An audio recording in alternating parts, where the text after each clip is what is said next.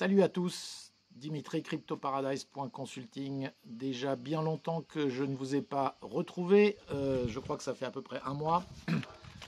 Je vous fais cette vidéo depuis la France, le sud de la France où je suis en villégiature jusqu'à septembre, je dirais comme chaque année, voilà, dans la torpeur estivale du sud de la France, pas désagréable du tout d'ailleurs. Sachant que j'ai laissé l'hiver à l'île Maurice. Et comme vous le savez, j'ai décidé de ne vivre plus que l'été. Donc quand l'hiver arrive là-bas, me voilà parti. Voilà. Donc je plaisante un peu, mais c'est pas faux, puisque je ne connais plus que l'été désormais. Je vous retrouve donc avec grand plaisir. Aujourd'hui, nous venons de passer le 14 juillet, nous sommes le dimanche 16. Et aujourd'hui, je vais faire une vidéo, on va dire, qui va aborder les 4 sujets, mes 4 thématiques favorites, qui sont la géopolitique. On va parler très rapidement du Liberland, parce qu'en fait, tout ça est lié, et de l'île Maurice, et bien sûr, du Bitcoin et des crypto-monnaies.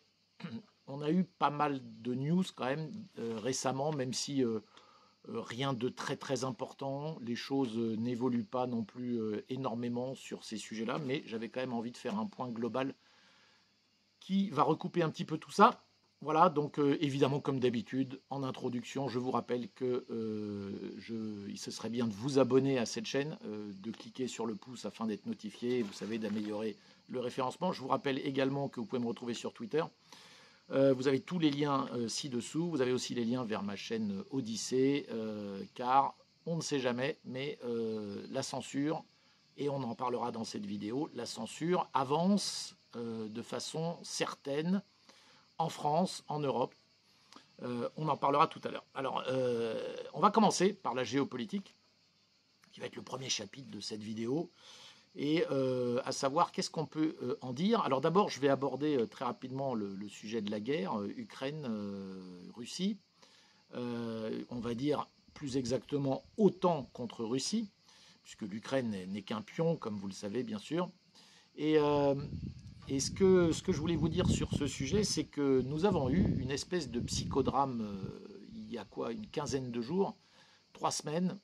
C'était d'ailleurs quasiment après mon arrivée ici, où on a appris l'espèce de psychodrame qui entourait la montée de Prigojine et de ses troupes, 25 000 hommes, on parlait de 25 000 hommes qui montaient sur Moscou, donc les hommes de Wagner, c'est-à-dire de la formation dont Prigojine est le dirigeant. Cette formation militaire, Prigojine étant en fait un mercenaire, comme on l'appelle, mais c'est en fait un entrepreneur de guerre. Voilà, on peut l'appeler comme ça.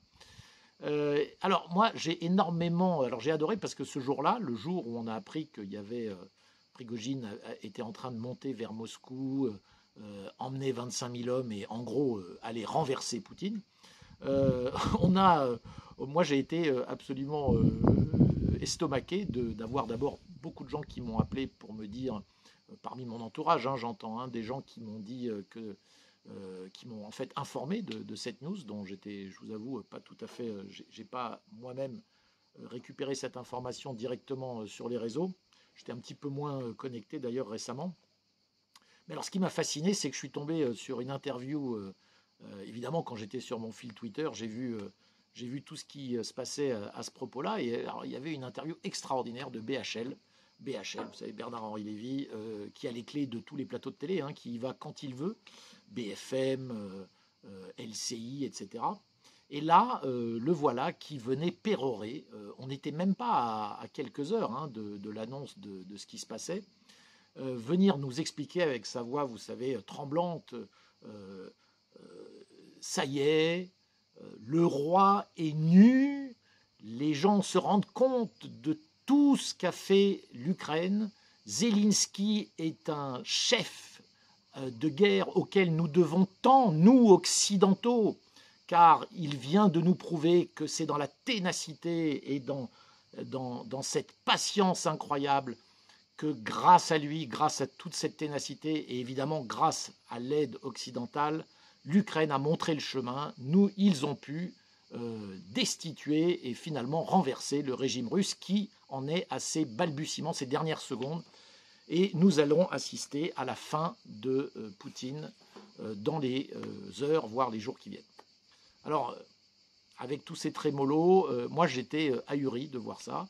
J'expliquais à qui voulait bien l'entendre que, disons que les prédictions de BHL semblaient quand même très très osées. Et ça n'a pas loupé, même pas quelques heures après, hein, c'est-à-dire à moins de 24 heures après. Et ben voilà, on apprenait que finalement, Prigojine faisait quasi demi-tour, qu'il allait être accueilli en Biélorussie, sachant que vous vous doutez bien que rien de ce que fait la Biélorussie n'est possible sans l'accord de Moscou, bien sûr. Donc la Biélorussie étant un allié incontournable de la Russie, et donc le fait que Prigojine se retrouve à pouvoir être réfugié en Biélorussie était évidemment quelque chose qui a été accordé par Poutine, par Moscou, par Poutine évidemment directement.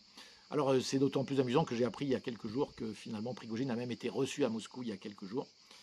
Et que donc tout ça, toute cette histoire n'a été que encore une façon absolument dingue de se rendre compte comment l'Occident prend ses rêves pour des réalités et comment les médias surtout n'ont aucun recul, se permettent de raconter n'importe quoi. Et c'est extraordinaire de voir comment en 24-48 heures, finalement, tout le narratif qui était tenté maintenant d'être mis devant les spectateurs et qui consistait à leur faire croire que la Russie était au bord du renversement de régime et finalement c'était la fin de ce régime de Poutine.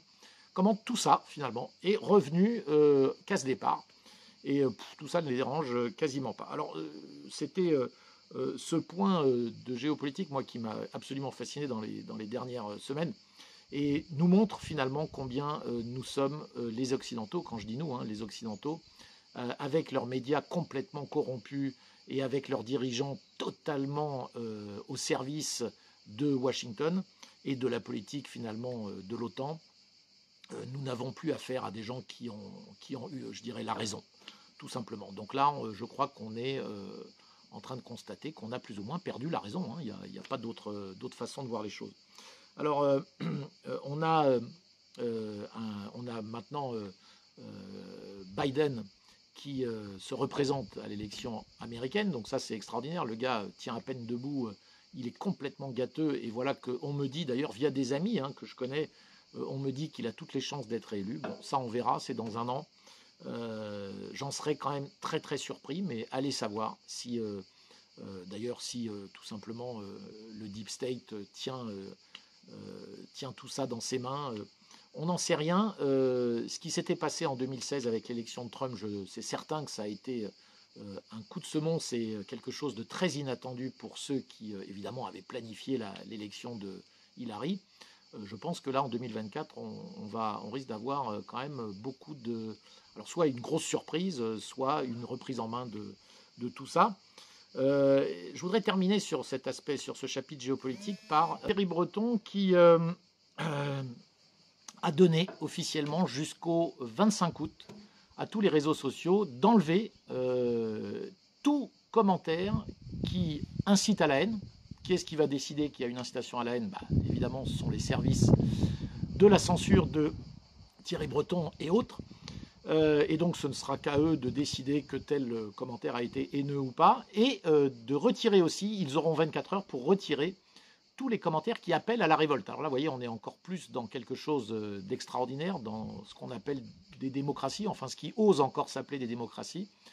Nos régimes sont en train de montrer leur vrai visage. Et l'idée même d'empêcher d'écrire quelque chose qui serait considéré comme un appel alors, à la révolte, aux manifestations, bref, finalement à s'opposer à des décisions d'un gouvernement, eh bien ce genre de choses étaient des choses inimaginables il y a encore une dizaine d'années. Vous voyez, on est en train d'y aller tout droit.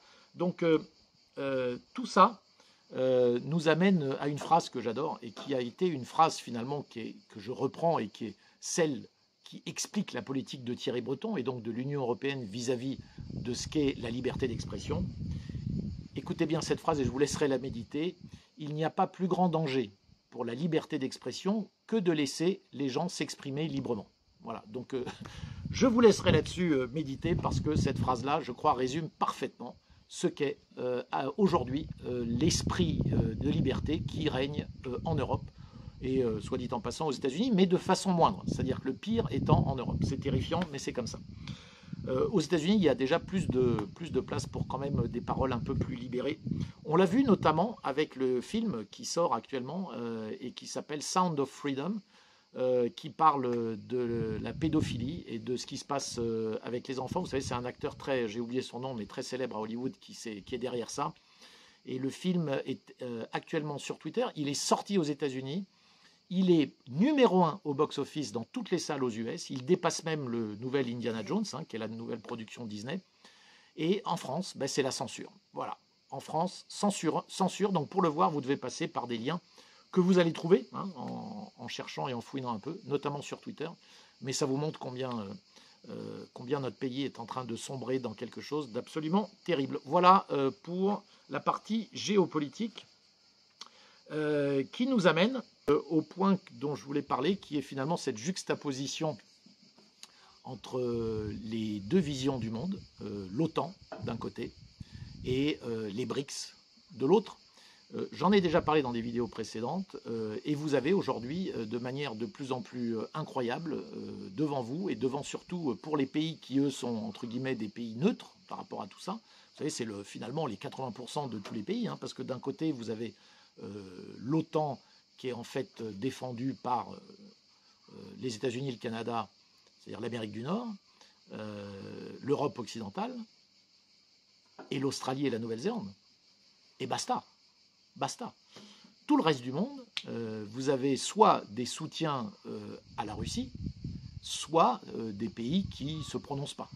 Mais vous savez, ne pas se prononcer sur un conflit comme celui auquel on assiste, ça équivaut finalement à admettre qu'on est plutôt du côté des Russes. Mais bon, donc ça nous amène à cette confrontation du monde dans lequel on est, et aujourd'hui avec deux visions du monde.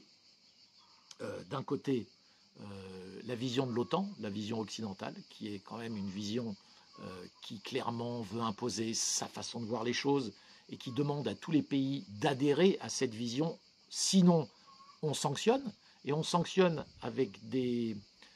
on utilise pour la sanction des choses qui sont de plus en plus incroyables, comme le dollar, et cette utilisation du dollar pour sanctionner est en soi quelque chose de très très dangereux, parce qu'avant on avait droit à des sanctions comme de l'embargo, des choses comme ça. Maintenant c'est carrément l'interdiction de l'accès à SWIFT et à utiliser le dollar.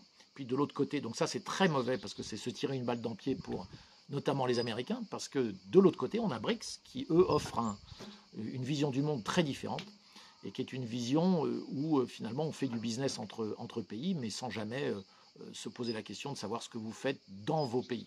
Et finalement, la vision chinoise, la vision russe, c'est plutôt une vision multilatérale des choses, où chaque pays a le droit de finalement être comme il le souhaite. Hein. On ne va pas obliger les Chinois, on ne les a jamais vus obliger personne à adopter leur système.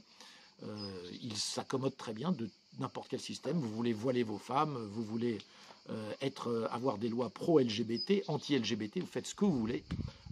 Tout ça, je dirais que ça ne regarde que les pays à leur niveau interne. Et ils ne voient pas en quoi il faudrait une intervention, une ingérence extérieure dans ce genre de choses.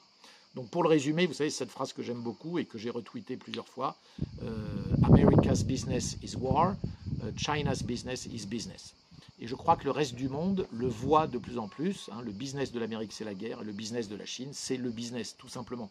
Et pour des pays qui aujourd'hui se posent la question vers qui se tourner, vers quel bloc, ben évidemment, BRICS est beaucoup plus attrayant que l'OTAN.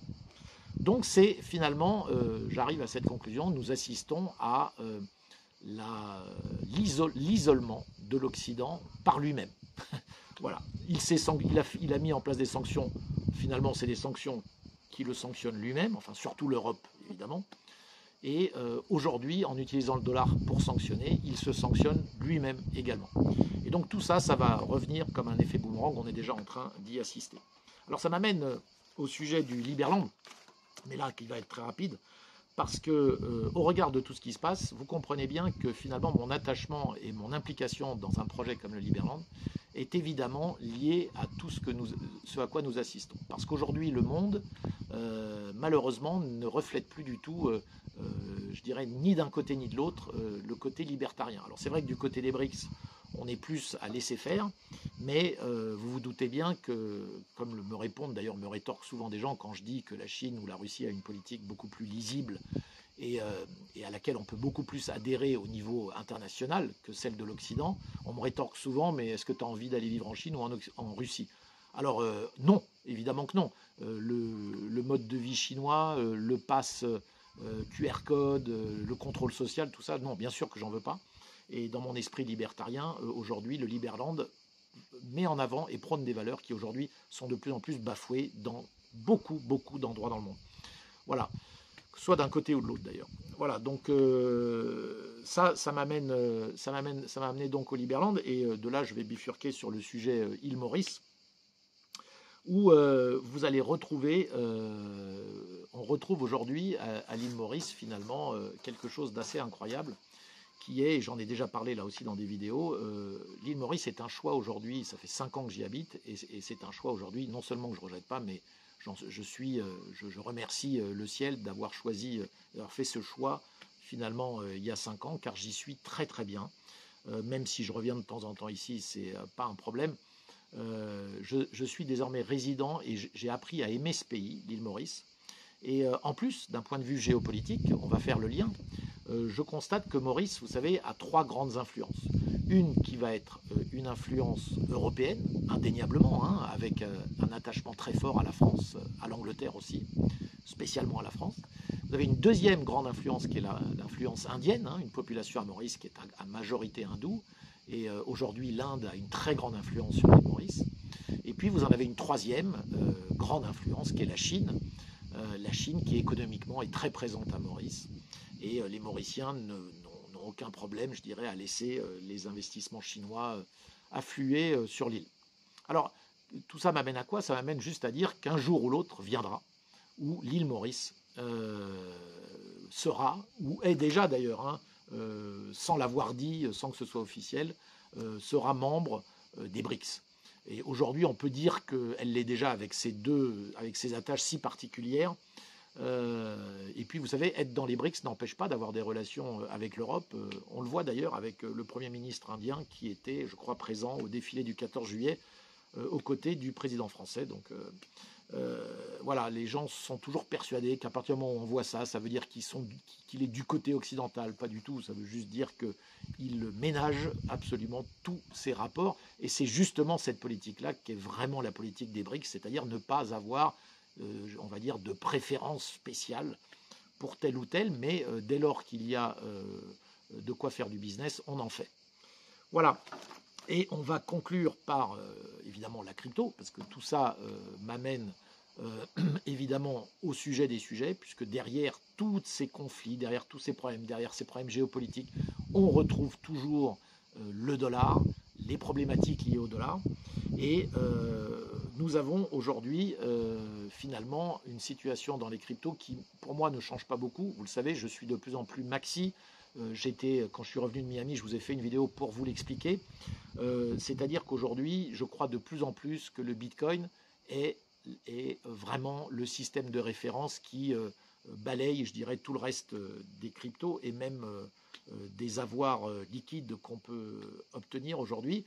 Et il n'y a pas à se tromper. Vous savez, vous avez quand même eu un événement récemment très très important qui est le revirement total de BlackRock, hein, le CEO de BlackRock qui est venu nous expliquer que désormais le Bitcoin était un avoir qui pourrait remplacer l'or, un avoir digital qui permet de se protéger contre l'inflation. C'est quand même exceptionnel, puisque nous avions le même personnage qui, il y a juste 3 ans, nous disait que jamais BlackRock n'investirait ou proposerait à ses clients d'investir dans les cryptos. Donc maintenant, le Bitcoin, je crois, et comme je le dis depuis maintenant très longtemps, hein, le Bitcoin a une place à part, y compris dans les cryptos, c'est-à-dire je ne le classe plus du tout dans les cryptos, c'est un actif à part entière.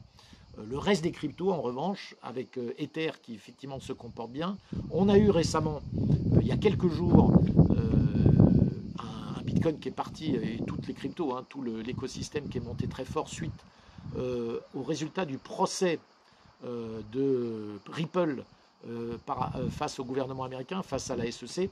Finalement, Ripple qui a plus ou moins gagné, même si c'est pas très clair. Vous avez vu, il y a eu un mouvement très fort, une espèce de hausse, le Bitcoin est passé de 30 000 à 31, presque 32 000, pour finalement redescendre derrière. Donc vous voyez comme tout est encore très très éphémère, ces mouvements ne sont pas du tout encore ancrés dans la durée. Je maintiens qu'on va avoir une fin d'année qui risque d'être très tumultueuse d'un point de vue géopolitique et économique, et donc un Bitcoin qui n'est pas du tout encore, à mon avis, dans un vrai schéma haussier, même s'il se comporte très très bien, et même si les 30 000 ont l'air de tenir de façon extrêmement solide. Donc beaucoup de, on va dire encore d'incertitudes sur ce qui va se passer dans les prochains mois. En revanche, je pense que 2024 sera l'année, d'ailleurs, qui correspond évidemment au cycle, comme on a vu les cycles précédents. C'est après le halving, qui aura lieu vers avril-mai 2024, qu'on aura, selon toute probabilité, mais encore une fois, personne n'est devin et personne n'a de boule de cristal pour le prédire, on risque bien d'avoir à ce moment-là seulement un nouveau cycle haussier du Bitcoin. Et pour le reste des cryptos, je vous dirais, voilà, comme toujours, moi j'alloue une grande partie au Bitcoin et j'en laisse un petit peu pour le reste, avec évidemment une préférence pour Ethereum, qui est quand même la façon de parier sur le reste de l'écosystème crypto, même si là aussi, vous le savez, je ne suis pas un grand fan du proof of stake, du changement qui a eu lieu pour Ethereum, mais j'admets que Ether a quand même encore probablement de beaux jours devant lui. Voilà, aujourd'hui, je crois que j'ai balayé à peu près tous les sujets. Je terminerai en vous disant, évidemment, si vous êtes intéressé par une expatriation ou par n'importe quel sujet que j'ai abordé, si vous voulez en savoir plus sur Liberland, évidemment, vous avez beaucoup de vidéos que j'ai faites sur ces sujets-là. Vous allez retrouver mes playlists sur ma chaîne YouTube, où tout ça est classé selon les thématiques. Et puis bien sûr, n'hésitez pas à me contacter, vous avez tous les liens, vous avez mon site internet cryptoparadise.consulting si vous voulez me contacter pour que vous avez dans l'idée d'éventuellement déménager, ou si vous vous posez des questions sur ces sujets-là, je suis toujours disponible pour vous répondre. Voilà, et je vous dis, je vous souhaite un bel été. Je ne sais pas si je vous retrouverai avant d'être de retour à Maurice, je serai de retour à Maurice en septembre, mais probablement que oui, pour une ou deux vidéos. En tout cas, je vous souhaite à tous un très bel été. Profitez-en bien si vous êtes évidemment dans l'hémisphère nord, et pour les autres, très bel hiver alors. Et bonne continuation à tous.